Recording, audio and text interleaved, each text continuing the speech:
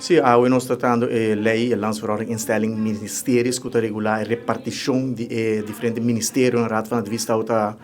opi crítico de lei aqui ela dona um conselho negativo ela vice governo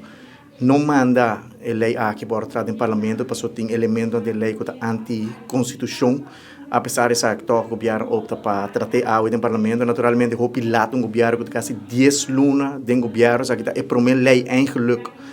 como me será trata passou esta trata repartição de bo carteira bota bisa e rata visu conclusão também tá com a repartição não tem justificação bota mira Ministério de Assuntos de Reino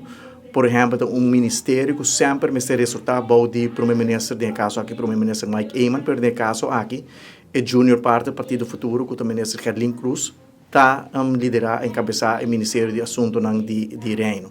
Também bota mira curata vis avisa que a repartição da hopi bruxa, bota mira essa aqui de governo hopi caótico, não tem liderazgo, não tem linha, não tem direção, bota mira que ainda tem governo incompleto.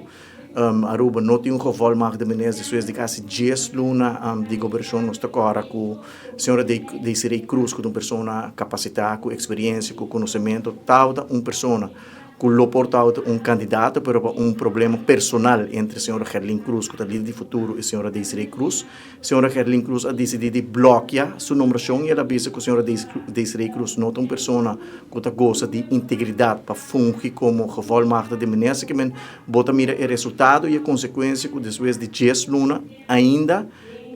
botei governo incompleto. Minha conclusão está que a lema, maneira de abordo, apresentar eigenlijk se parlamentar faz seu trabalho de trabalho de controle, supervisão e de crítico, mas nunca pode aprovar a lei aqui para o Raad van het Vista aduna dictum 4 e dictum 4 que não trata a lei aqui do parlamento, mas o governo aqui está governo que não está respeitando o conselho de órgão consultativo, governo que não está transparente, porque nós estamos de transparência lá, até dia de hoje, luna depois do famoso viagem de senhor Gerlin Cruz, ainda não pode apresentar a prova com ela paga para o viagem.